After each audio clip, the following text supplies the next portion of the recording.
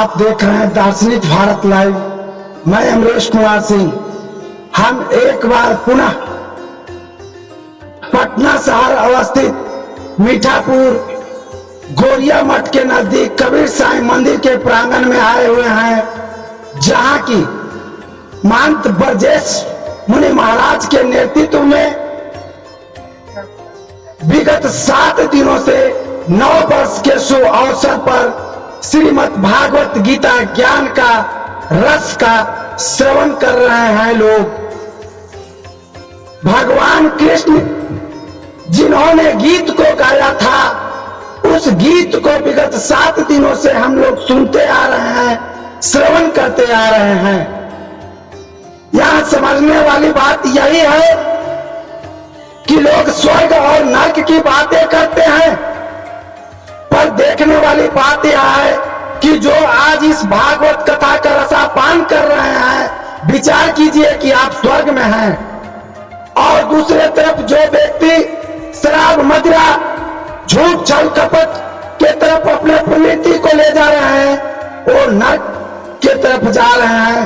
तो आज हम लोग इस धरती को स्वर्ग बनाए हैं श्रीमद् भागवत कथा का रसापान करके। और इस मंच पर देख सकते हैं कि मंचासीन जुआ संत श्री विवेक मुनि महाराज जी के दिव्य प्रवचनों का श्रोतागण लाभ उठा रहे हैं, और यहाँ पर हम जानना चाहेंगे कि इनको कितना आनंद आया है।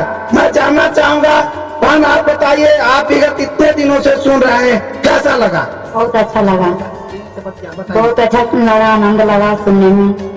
कथा बहुत अच्छा बाबा बोले, बहुत आनंद लगा, बहुत आनंद, बहुत। माता जी बताइए कैसा लगा? ठीक लगे, बहुत ठीक लगा, इतना ही? हाँ, बहुत। और कुछ कार्य लगाइए। हाँ, बहुत अच्छा लगा, बहुत बढ़िया। हाँ जी, बहुत अच्छा।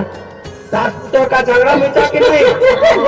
बहुत आनंद आया, कथा सुनने में बहुत आनंद आ रहा है। यहाँ जो भी श्रोता आए हैं, 7 दिनों के कथा प्रवचन को सुन करके भाव विभोर हो गया है, और इनका हृदय एक तरह से भगवान प्रभु के भक्ति में रम गया है। अब आइए मंचासीन जो हमारे विशिष्ट अतिथि हैं, आयोजक हैं, उनसे भी थोड़ा बात करने का प्रयास करते हैं। सर जी, आपने विगत 7 दिनों से दिव्य श्रीमद् भागवत कथा का आयोजन करवाया 9 वर्ष के अवसर पर, आखिर इसके पीछे आपका सोच क्या है? देखिए, हमारे मध्यकालीन संत महापुरुष जो भी हुए थे, निर्गुण और सर्वगुण, निराकार और साकार। हमारे सदगुरु कबीर साहब ने कहा कि भजो रे भैया राम गोविंद हरि, इन्होंने बात किया है ना। राम कृष्ण की उन्होंने वर्णन किया है, और साकार रूप में अभी प्रत्यक्ष कलयुग में इसका ज्यादा महत्व है। और सदगुरु कबीर साहब की वाणी तो सर्वोपरि है, उन्होंने जैसा देखा वैसा बोल, उनकी वाणी जो है इस प्रकार बोलते रहे। दूसरी बात, ये 7 दिन का जो कथा है, जो परंपरा होते आया है, और राजा परीक्षित की कहानी है। 7वां दिन तेरे उत्तर दसेगा। एक श्राप था श्रृंगी ऋषि का, तो श्रृंगी ऋषि का जी का ना, तो इसके लिए 7 दिन में उनको मुक्ति। तो भागवत कथा में बड़ी उसका रहस्य है। जो भागवत रामायण गीता उपनिषद है, ये बहुत बड़ा एक ग्रंथ है। नए साल के उपलक्ष्य में एक अयोध्या में श्री राम जन्मभूमि में वर्षों से जो चल रहा था, जो आज 22 जनवरी को प्राण प्रतिष्ठा होने वाला है, और देश दुनिया में एक मैसेज आ रहा है। देश दुनिया में एक सनातन धर्म, सनातन धर्म क्या है? आदि और अनादि है, अनादि कहा जाए। तो जो भी हुए हैं बाद में हुए हैं। जैसे मान लीजिए गुरु नानक देव हुए, तो गुरु नानक देव हुए तो सिख पंथ चला, उसके पहले तो नहीं था सिख पंथ, सनातन ही था। उसी प्रकार पैगंबर हुए, तो पैगंबर के पहले तो क्या था? सनातन था, सत्य था। और भगवान बुद्ध, बौद्ध धर्म, बुद्ध के बाद ही तो बौद्ध धर्म बना।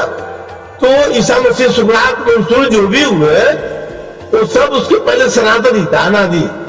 तो ये सबको एकजुट होना चाहिए, और बांटने का काम न हो, जोड़ने का काम हो। हमारा सनातन जोड़ने का काम करता है। विगत 7 दिनों से श्रीमद् भागवत कथा का अमृत रसा पान कराने वाले युवा संत विवेक मुनि महाराज जी, आज के संदेश में आप क्या लोगों को बतलाएं? यह लगातार 7 दिनों से जो है श्रीमद् भागवत कथा का आयोजन परम पूज्य महर्षि ब्रजेश मुनि महाराज जी के पावन सानिध्य में आयोजित किया गया है। श्रीमद् भागवत एक ऐसा दिव्य महाग्रंथ है कि जिसके अक्षर अक्षर में, शब्द शब्द में श्री कृष्ण की श्यामलता समाई हुई है। इसके हर एक शब्द में जो है प्रभु के शब्दों में जो है, इसका सुनने से जो है तीनों जो ताप है, इसलिए कहा गया श्री रामचरितमानस में प्रभु जी कहते कि देहिक देविक भौतिक तापा राम राजस कछहु नहीं व्यापा। तो श्रीमद् भागवत की कथा श्रवण करने से जो है देविक और भौतिक ये तीनों तापों का जो है वो विनाश होता है। जो भी श्री कृष्ण जी के श्री चरण में जाता है तो उसका निश्चित ही कल्याण और कल्याण ही होता है। हम आपका बहुत बहुत धन्यवाद ज्ञापित करते हैं कि जो आप यहाँ पर पधारे। दोस्तों, अभी अभी आपने देखा श्रीमद् भागवत कथा, जिसमें कि कोई ऐसी समस्याएं नहीं है जिसका समाधान नहीं है। आज उस मार्ग पर चलने की जरूरत है। फिर मिलते हैं अगले खबरों के साथ। जय हिंद, जय भारत।